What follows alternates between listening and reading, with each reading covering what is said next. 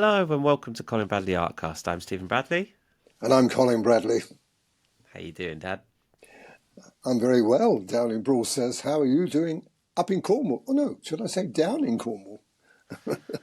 Yeah, it's Um, sideways in Cornwall. I don't yeah, know. that's right. Yes, Yeah, we're in Cornwall this week, having a lovely time away with good. Mims's family. So I can't take credit for any of this artwork. This is all my mother-in-law's. Um, No, Not that it, good. it looks very interesting. Yeah. It's surrounded with work and it's artwork. It's very nice. It's very nice. But yeah, no, we're having a nice time away. Good, Um, good. yeah, it's really nice little break. Our pre-Christmas down here, Good. which is always very nice. But yeah, I wanted to squeeze in a podcast if I could while we were here because I know we've had a few bits come in and I want to talk about them. So this week we'll potentially touch on a new picture that you've started, Hmm. but then also show you've got some tips for one of our members, Linda, Mm. who wrote on Facebook regarding her picture, and you had some thoughts. So, if anyone isn't a member yet of our Facebook group, I know there's some people still out there that aren't like on the Facebook group, and I'd recommend it because it's a very active community and very supportive. So if you're not, then just go over to Facebook and search for Colin Bradley School of Art students, and you can request to join the Facebook group. And there's so many lovely pictures being posted and lots of lovely comments and people supporting each other, which is really nice. But Linda posted her finished picture, and you picked up on it, Dad, because Linda did ask for some feedback or any kind of constructive criticism, and you picked out a particular part of the picture which we'll focus on now that Mm. Linda could improve. And felt that it's probably best to use this platform of the podcast to actually discuss it and talk about it, as you can probably do a bit Yes, more yes, detail. absolutely. Mm. So I'm going to bring up Linda's the particular section of Linda's picture that you wanted to focus on. Mm. It's a much bigger picture, I believe, which I think you can see on Facebook if you join as a member.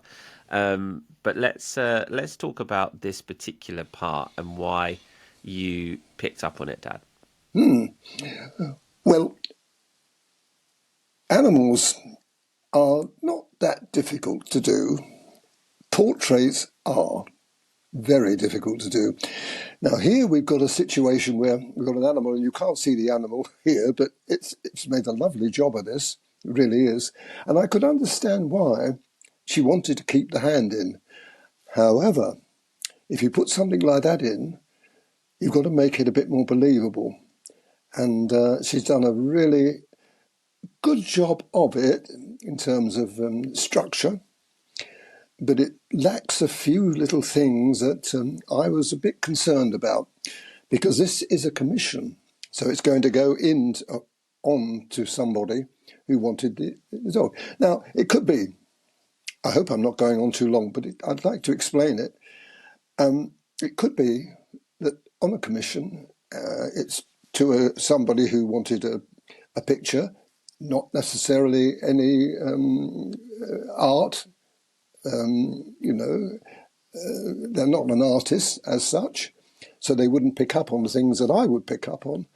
And they might say, oh, this is a lovely picture, thank you very much. However, from the artist's point of view, this Linda, is it Linda?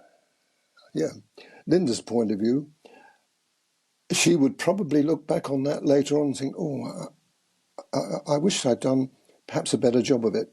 Anyway, enough of that. How do we get out of that? Well, it was difficult for me, because for me to explain what was needed would have been hard, because how do she's not anywhere near me, so I can't come over and give her a helping hand with it.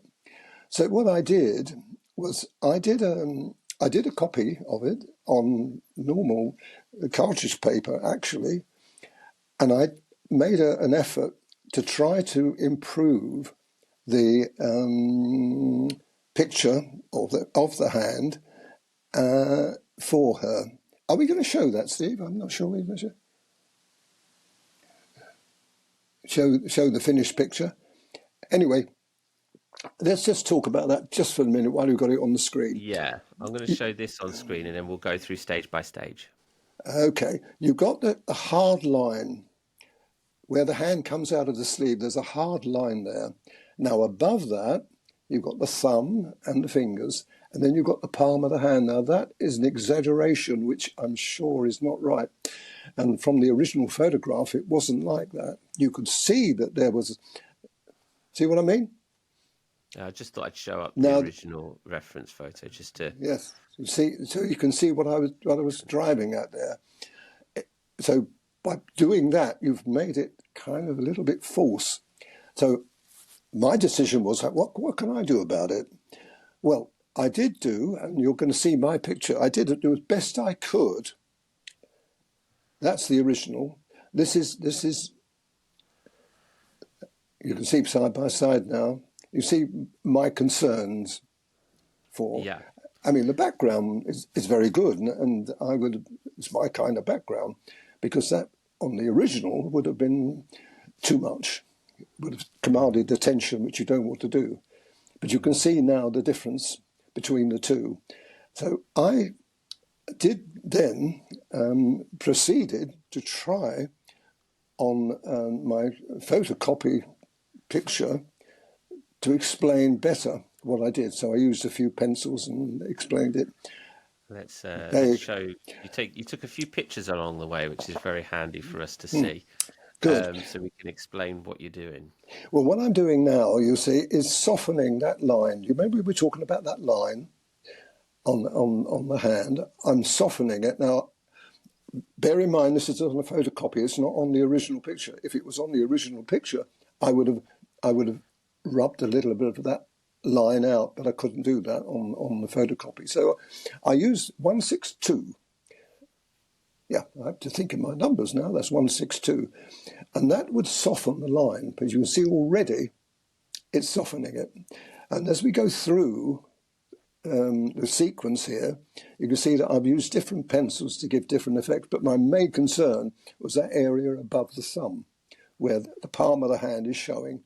And it worried me, and I thought, I can't just let this go. And I'm sure Linda now would be able to do a much better job of that hand following my guidelines. So let's look at the next picture you did, which is a slightly darker. This was the previous one. This is the slightly darker sort of skin tone. This is 189. 189 is a darker pinky reddy pink. What I was trying to do was to try to emulate the colour that I could see on the photograph. So that would have softened it a little more. And as we move on to the next one, that is a stronger pencil. This is 177, if my memory serves me right. I'm getting down to the dark colour now. Why can't I put the 17s on without putting those other colours? I couldn't do that, because it would have been too hard. It would have been a brown, very dark brown. But by putting those other colours on, this is a good lesson for people here. By putting those cushion colours on, it gives me an opportunity to put the 177 in, which soften that line, and you already see it looks better than it did originally. Even on cartridge paper. It's just normal cartridge paper. I had no choice, did I? Now, this is a dark one. This is 275. No, 175. I can't see it from here. 175. Now, this is very dark. Now, if you put that on raw, it would look awful. It would make a terrible mark on the picture. But you're going to be able to see what I did with that. I put it on, and then I use the colour shaper to blend it in. Now, you can see that if you look at the two areas, the photographic image and my image, you can see that I've actually softened that quite a bit. You get away with that, but you wouldn't get away with it. Well, you might get away with it, but someone would pick it up. It may not be the person who has the picture photograph, but it could be an artist friend come along and say, I don't like the way that lady's done that, and that's a bit embarrassing. So I tried to avoid that, and I think we've done it quite well. Yeah, Yeah. and this is I think this is the 162 again, just putting back in again to re-establish the line that I wanted to do. Remember, I can't make it the same. It would be impossible. With cartridge paper, Yeah. I had to do a repair job. There you go, just But you showing see that. how much better now that looks than it did before. Now, what we've got to now concentrate on is the bit that I was mainly concerned with, is the palm. Now, how do you do that? Well, what you do is what I'm going to show you next. Bear in mind, I couldn't rub any of that out.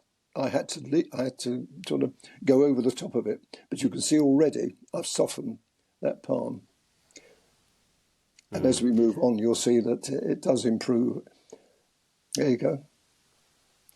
So you've added Much. a lot more shading into that palm. Looks like with the same colours as well. Looks like you've got some That's pinky right. tones in here, some of the walnut brown.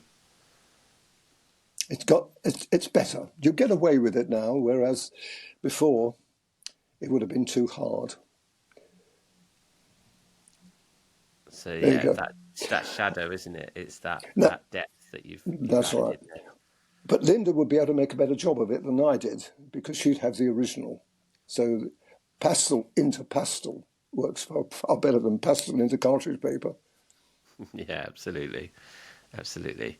Well, thank you for taking the time to do that, Dad, and show that in such detail. I think that is a really good um, sort of quick lesson on how to add additional shadow and shading, and perhaps others will find this helpful for their own work as well in the future. So I hope that's been helpful, Linda. And if you do make those changes and you want to share them with us or with the Facebook group, please do drop it into the group. We'd love to see it, how it turns out. Let's take that back off the screen. Fantastic, thank you, Dad. That's all right, my So pleasure. now I think we'll touch upon a new picture that you've started. I'm going to show you've done like a first stage for me to show a new picture. I think you mentioned it last week that it might be a cat. So I did, let's yes. put this. I don't think I've shown this picture yet. No, Last you week, haven't. No, no. pretty sure I haven't. I forget, the weeks go by. Um, but a really interesting picture. Talk to us about why you chose this one, because you've done lots of cats, but why this one? Well, as you know, I'm trying to do something different. And this one appealed to me because obviously it's an attractive picture. It doesn't look quite so attractive there as it does when I've now finished it. And I might give you a sneaky look at that later on. But the reason I did it is because it's different. What happened, the cat itself, that's the eyes, the nose, and the ears, are in focus, right? Everything else is not. The background is not in focus, the body is not in focus, and that dry stone wall in the front, that's not in focus either. So it's depth of field, and people who know photography know you can do that. So the cat's face, or head, should I say, is in focus, and that's the concentration. And I wanted to try to see whether I could produce that same imagery, only better than a photographer can, because when you do something live, it's always better than the photograph because you're looking at something that's organic, if you like. So what I did here, it's not an easy one, and I don't think people would find this easy to do, but I'm sure they'll have a go at it. Our brave members will. But the idea is to show them how you can get effects. And one of the things that was important here is I put a little bit of the background in. Now, I didn't do too much of that background. Normally, I do the whole thing, don't I, afterwards, or I can do it as I go. But I just wanted to do that so that I had the relationship between the out of focus area just above the head and as it goes back into the body. Now, I had to do that on the sides as well, making it look believable. And then added to the degree of difficulty, if you like, was that dry stone wall. How do you do a dry stone wall? It's a little bit like Linda had with the hand. If you're not very good at landscape work, don't try this, because that dry stone wall could end up being too hard, too strong, too powerful, and it takes it away from the cat. But it worked really well, and I was delighted with the end result. Got any questions for me? I think I think it's. I mean, you kind of answered. I had a few as you were talking, but you kind of answered them, and one is to do with the stone wall because natural materials are always quite difficult to get realistic because they're sort of there's like you've discussed this before. There's no form, There's so many colours to make something like that look natural that it's hard to do. So you kind of covered that. But in terms of the cat, this feels like it's quite an easy colour combination. Is it easy in terms of colour build up? There are, yeah. The colours on the fur is really only about four colours, five colours.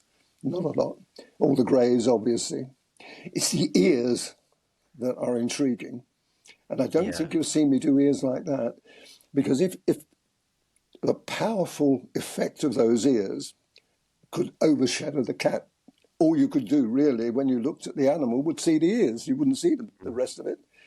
So I had to be faithful to the photographer and to the photograph, but at the same time I had to make it look, what can I say, believable. Now, Yeah. a couple of things that you can do here. You can just about see into the ear. Now remember, it's backlit, so the light is coming from more or less above it, but behind the ear. So what's happening is you're looking at the light through the ear. Do you understand that? hmm So I had to make that believable too. You can't just put colour in and hope for the best. So the pinky look that you've got there is the pink that I can't remember the colours. I wish I could now, but I can't. There's quite a lot of colours in there. Yeah. Well, I say quite a lot of colours. There's about five, I think, 5 or 6 colours in there, and from my recollection. Anyway, they're all listed. They'll all be on the picture for you. But one of the problems I had with that is that the fur itself, I had to do that 3 times to get that softening look, and that's still not soft enough. When you see the finished picture, next week we'll show it to you in full, you'll see that I had to go again. Now, you start off by putting the greys on, then the dark grey. That dark grey in there is not black, it's 175 again, probably my favourite colour of all. If I put black in, it would have been far too strong. In fact, the ears, I can't remember, but I'm pretty sure I didn't put black in the ears either. Again, it's 175. So keeping to that idea of only using the minimum amount of tone to create the maximum effect. I hope that makes sense to you.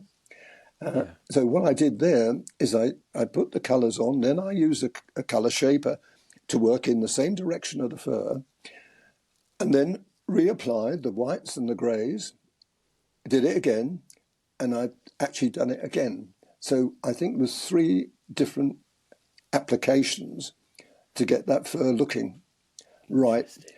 That's what's hard. That's really interesting. No, yeah, I can see that that's why it looks so good. Is that you got to do it. It's Well, good practice, isn't it? It's good practice for students to be able to go through these techniques a few times. well, we're looking at direction of fur. How many times have I said that? I know people now have picked up on that because we've seen lots and lots of examples of students' work where they are doing that. But it's not just that; it's the tonal value you've got to put in. You've got to get that tone right. The relationship between the background in this case. Now, you look at that background, that's green. You think, Where does green come from? Are you putting green in the picture? No. However, when you see the eyes, you'll be shocked at them. When you see them next week, we'll leave it till next week. I'll give you, as I say, I'll give you a quick look in a minute because I've got it alongside me. And so you'll be able to see the ideas that I've been talking about. But the eyes are stunning. And I deliberately left them off this. Did you? What to Yes. show us? Well, it would have spoiled the dramatic effect, if you like, because what I wanted you to see was how I actually started the ball rolling. Fantastic. Right. Well, let me take this off the screen. You should flash us up the finished picture so we can have a Are quick you ready peek. for this, folks? Because this is a stunner. Are you ready? I'm ready. Wow. There you go. That's all you're getting. People will have to pause the video. They will. They will. But you can see what I mean. That is absolutely beautiful. Now, one of the things, and we'll talk about this next week when we put it up. One of the things I did notice, and I didn't really notice it until virtually the end of the dry stone wall. I thought, hang on, there's a colour missing here. What colour is it? And I use one of the colours for the eye. I can show you that colour if I can find it. That one. This is 183 ochre. All right. Now that was used in the eye, and it was also used in the dry stone wall. Now next week I'll explain it better. Wow. That's strange. That's so It's, weird. it's, it's, it's lovely. I mean, artwork is like, I think people get an idea now why I'm so passionate about the pastel pencil and art, because you're able to manufacture realism in an unprecedented scale. Yeah. Lovely. Love it. Fantastic. All right. Well, we'll show that next week, that finished picture. Thank you, Dad, for talking us through that. If anyone has any questions or anything, as always, please get in touch with us. We'll happily talk about it on the show. Please do join the Facebook group if you haven't already, and we'll welcome you in there. It's free to join. And stay tuned for next week where we'll talk about the finished picture and anything else that comes in. But for now, we'll leave it there for this week. So thank you, everyone, for watching and for listening. I'm Stephen Bradley. And I'm Colin Bradley. Enjoy your Enjoy your week. week.